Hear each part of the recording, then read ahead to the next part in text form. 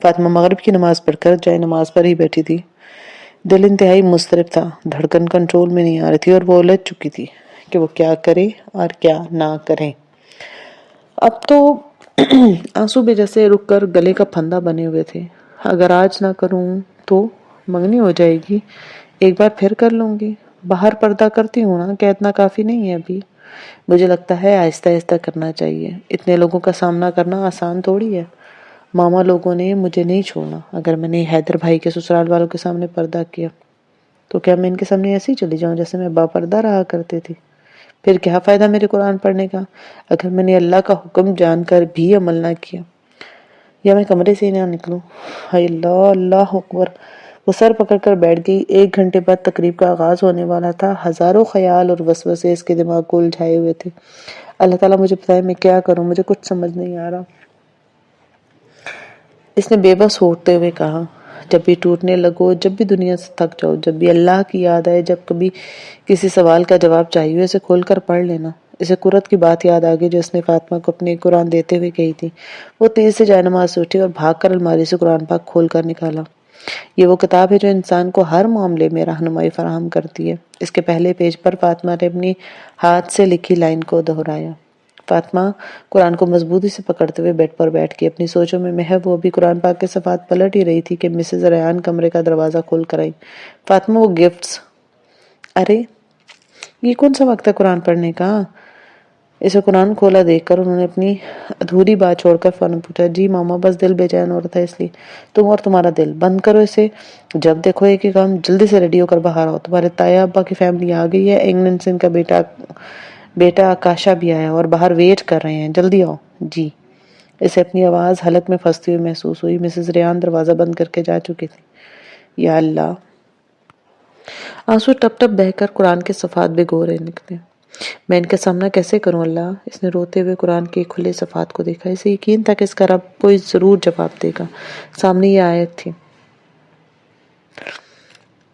اے لوگو جو ایمان لائے ہو، اسلام میں پورے کے پورے داخل ہو جاؤ اور شیطانوں کے قدموں کے پیچھے نہ چلو، یقیناً وہ تمہارا کھلا دشمن ہے.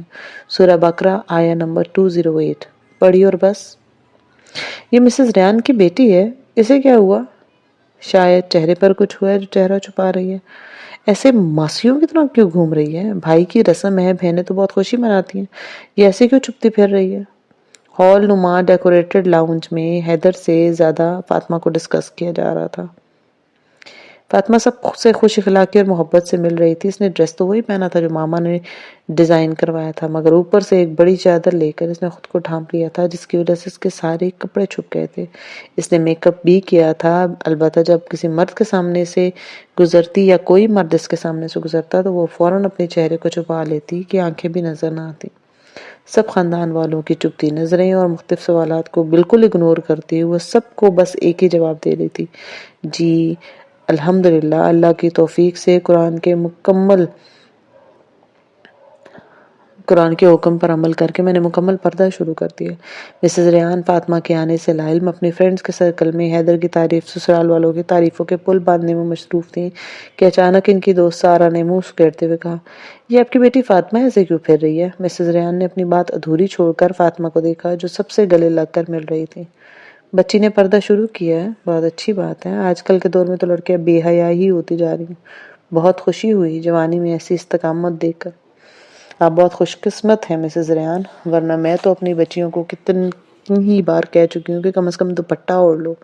ایک اور خاتون جو ان کے پاس کھڑی تھی بڑے رشک کی نگاہوں سے ان کو دیکھتے ہوئے کہنے لگی، اور مسز ریان کی آنکھیں شدت غضب سے سرخ ہو گئی. میک اپ شدہ چہرہ غصے سے تپنے لگا. وہ تیزی سے فاطمہ کی جانب لپکی. فاطمہ بیٹا، ابھی یہ سب کرنے کی کیا ضرورت ہے؟ ابھی تو تمہاری عمر ہی کیا ہے؟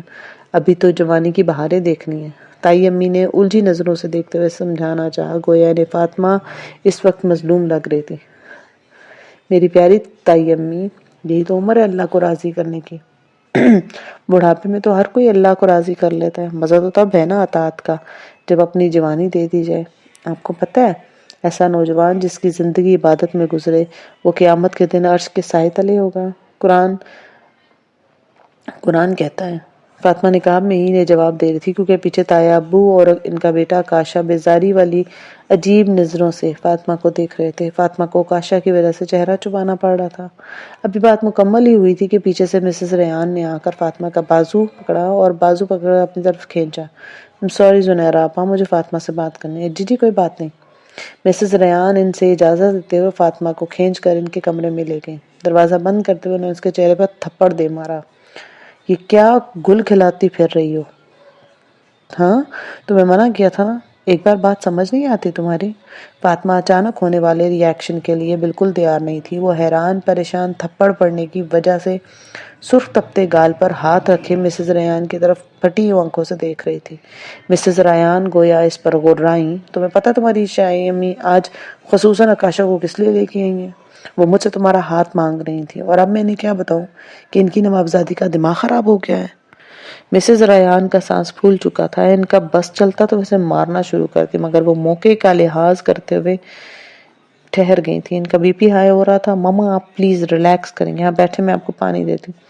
فاطمہ نے ہوش سنبھالتے ہوئے اپنی تکلیف اور ان کی دل توڑ دینے والی باتوں کو مکمل اگنور کرتے ہوئے انہیں بٹھانے کے لیے ہاتھ پکڑنے کی کوشش کی، مگر انہوں نے فوراً فاطمہ کا ہاتھ جھٹک دیا۔ مجھے ہاتھ مت لگاؤ ورنہ تمہارا گلا یہیں دبا دوں گی۔ کہیں کا نہیں چھوڑا تم نے مجھے، انہوں نے دھاڑتے ہوئے اسے کہا۔ ان کا چہرہ غصے سے سرخ ہو رہا تھا۔ یہ سنتے ہی فاطمہ نے حیرت سے منہ کھولا، 2 قدم پیچھے ہٹی۔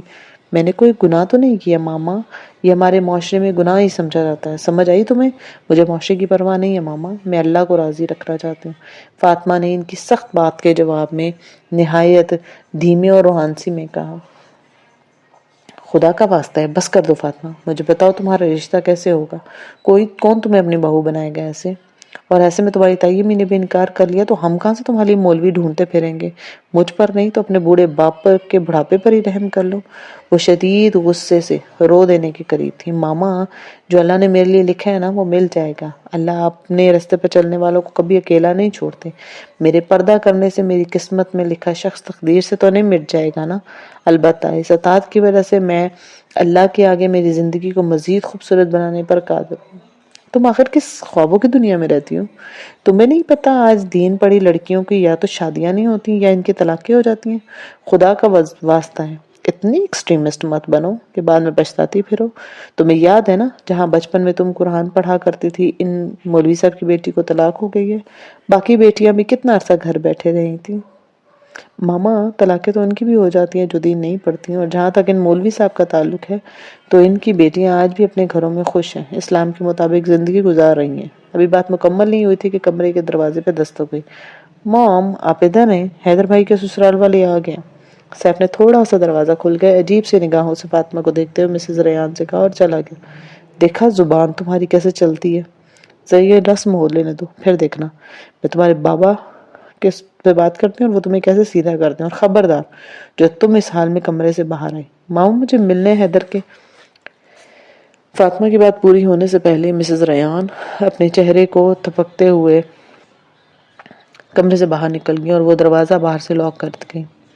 کمرے کی لائٹس آف تھیں۔ وہ بیڈ کے ساتھ ٹیک لگائے نیچے فرش پر بیٹھی تھی۔ اس کے سلکی بال اس کے شانوں پر پھیلے ہوئے تھے۔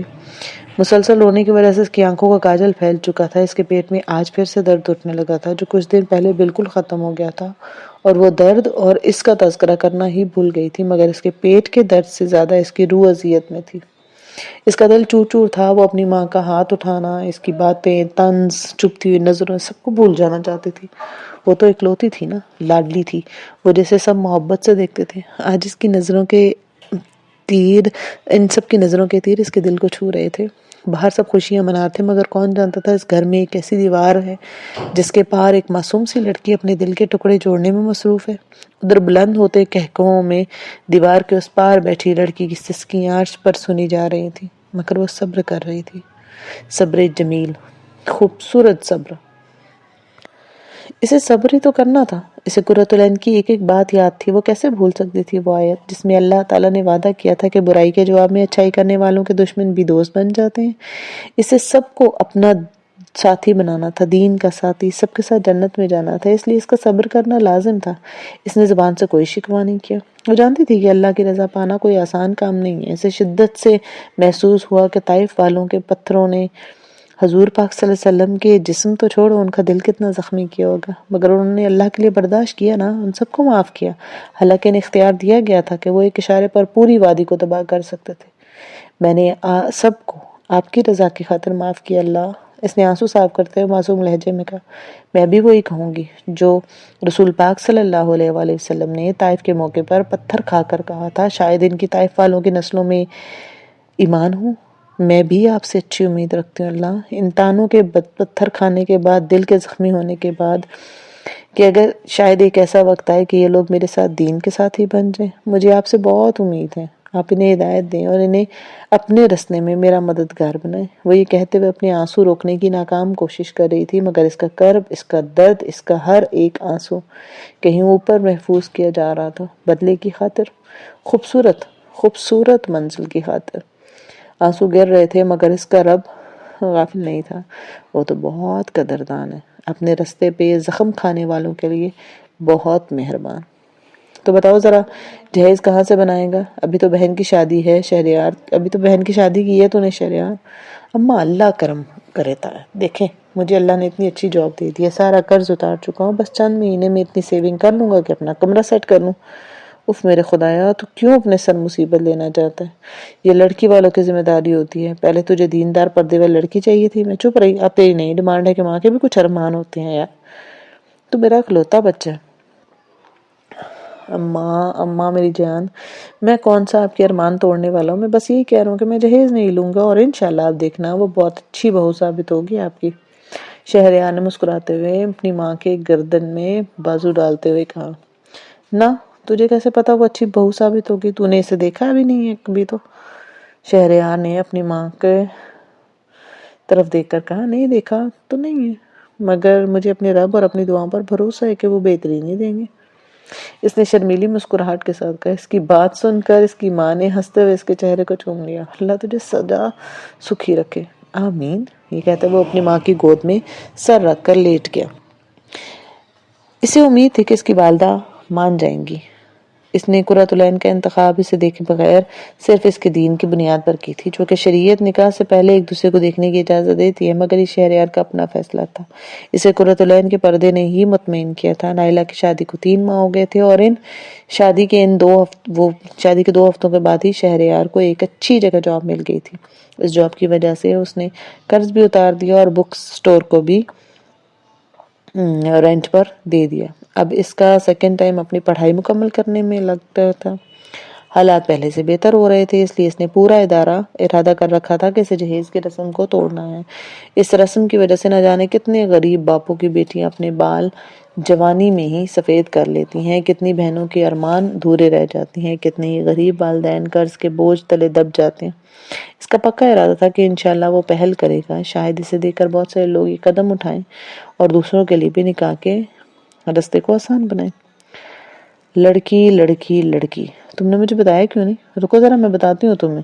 قرۃ العین اب کمرے میں داخل ہوئی تو فاطمہ ہاتھ میں کشن لے کر اس کی طرف لپکی۔ امی آپ نے بتایا کیوں نہیں؟ میں نے خود بتانا تھا۔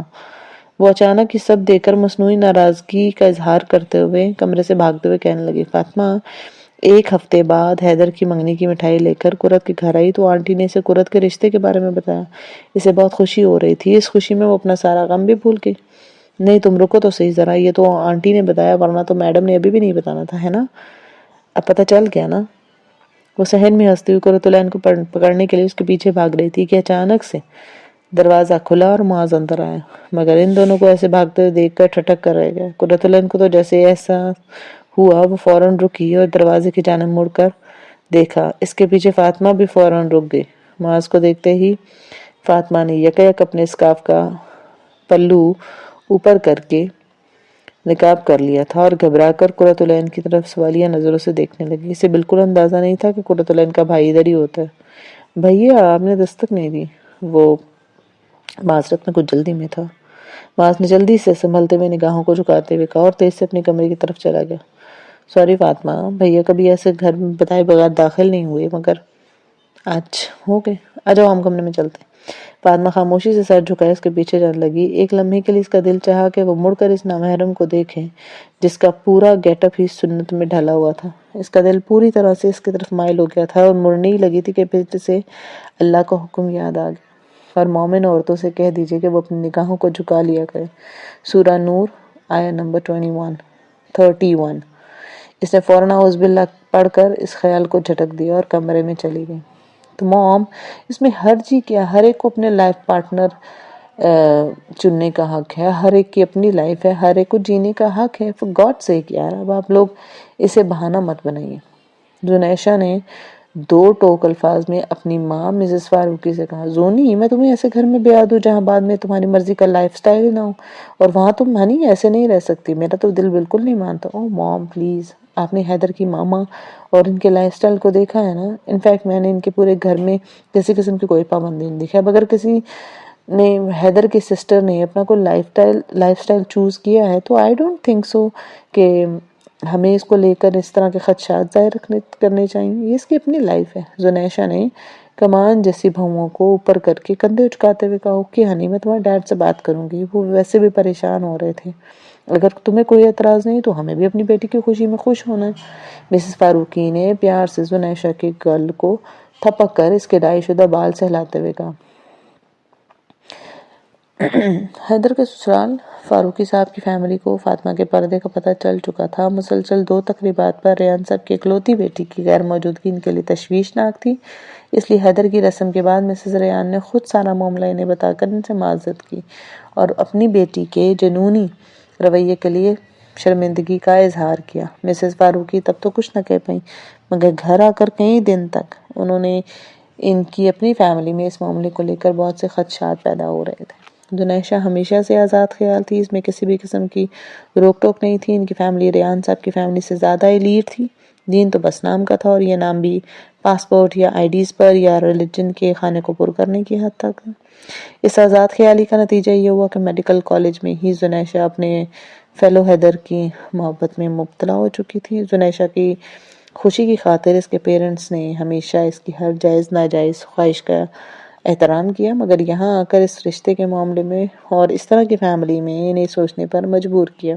ہمیں کوئی اعتراض نہیں ہے مسز ریان، ہم ہر ایک کی اپنی زندگی، اور ویسے بھی فاطمہ نے اپنے گھر کے ہو جانا ہے. آپ شادی کی تیاریاں کریں، ہاں، لیکن شادی کے دن ذرا خیال رکھیے گا. دراصل ہماری فیملی ان باتوں کو دقیانوسیت سمجھتی ہے، سو یقیناً آپ سمجھ نہیں ہوں گی. مسز فاروقی نے بڑی چالاکی سے، بڑی ہوشیاری سے مسز ریان کے سامنے فون پہ ڈھکے چھپے الفاظ میں اپنا مطالبہ رکھتے ہوئے کہا. 1 مہینے بعد کی شادی طے ہوئی تھی. مسز فاروقی نے سارے خاندان کے لوگوں کو یہی بتا رکھا تھا کہ حیدر کی بہن اپنے بابا کے ساتھ کینیڈا میں رہ کر پڑھائی کر رہی ہے، اس لیے وہ رسم پر نہیں آ سکتی تھی. مگر انہیں کیا معلوم تھا کہ آنے والے دنوں میں شادی کے دن ان کے لیے سخت امتحان بننے والا ہے. اب مجھے سمجھ نہیں آتی اس لڑکے کا کیا کروں، مسز ریان نے ہاتھوں پہ لوشن لگاتے ہوئے بیزاری سے کہا تھا. کیا کرنا ہے، اس کی حالت دیکھو، اتنی کمزور ہوتی جا رہی، چہرہ اترتا جا رہا ہے، کھانا پینا کم ہو گیا، اور تم کیا کرو گی اس کے ساتھ؟ ریان صاحب نے کتاب سے نظریں اٹھا کر اپنی بیگم کو دیکھتے ہوئے کہا. پریشانی کے اثار ان کے چہرے پر واضح تھے. کیا مطلب ہے آپ کا؟ یہ حال میں نے کیا اس کا؟ بس کرتے ریان صاحب، انسان نے جب اپنی زندگیاں ہی الگ بنا دی ہے تو وہ کیسے خوش رہ سکتا ہے؟ پتہ نہیں، ان کے خوش ہونے کا تو میں نہیں کہہ سکتا، مگر اس کی آنکھوں میں ایک عجیب سی چمک ہے. آج میں نے اس کے لہجے میں ایک مٹھاس دیکھی ہے جو میں نے پہلے نہیں دیکھی. اس کی باتیں میرے دل پر اثر کرتی ہیں. بس کریں ریحان صاحب، صاحبزادی آج کل آپ کی خدمتیں کرنے لگی ہے تو آپ کو میں قصوروار نظر آنے لگی ہوں؟ نہیں یار، ایسی کوئی بات نہیں. یہ حقیقت ہے کہ اس کی یہ تبدیلی بہت شاندار ہے. دیکھو، ہمارے بیٹوں نے بھی کبھی آ کر ہمیں نہیں پوچھا آپ کو کوئی تکلیف ہے. میں جب سے ادھر آیا ہوں ہر روز مجھے میڈیسن دیتی ہے، دبا کر جاتی ہے. ویسے غور تو تم نے بھی کیا ہوگا، تمہارا بھی بہت خیال رکھتی ہے. اب آپ کہنا کیا چاہتے ہیں؟ دیکھو، اگر اس نے پردہ کر بھی لیا تو اس میں برائی کیا ہے؟ بلکہ وہ برائیوں سے بچنا چاہ رہی ہے، تو ہمیں اس کا ساتھ. بس کرے ریحان صاحب، میں اس ٹاپک پر مزید کوئی بات نہیں کرنا چاہتی. پہلے اس نے مجھے سوسائٹی میں کہیں منہ دکھانے کے قابل نہیں چھوڑا. اس دن مسز فاروقی نے ڈھکے چھپے الفاظ میں کہہ دیا کہ شادی کے دن دھیان رکھیے گا. مجھے تو یہی فکر کھائی جا رہی ہے کہ کیا کروں تو کیا نہ کروں. ایک طرف بیٹا اور اس کی خوشیاں، اور دوسری طرف یہ صاحبزادیاں اور ان کی ضدیں. انہوں نے ریحان صاحب کو جھڑکتے ہوئے ان کی بات کاٹ دی. ریحان صاحب خاموش ہو گئے اور دوبارہ کتاب اٹھا لی. ملتے نیکسٹ ایپیسوڈ میں، تب تک اپنا خیال رکھیے. اللہ حافظ.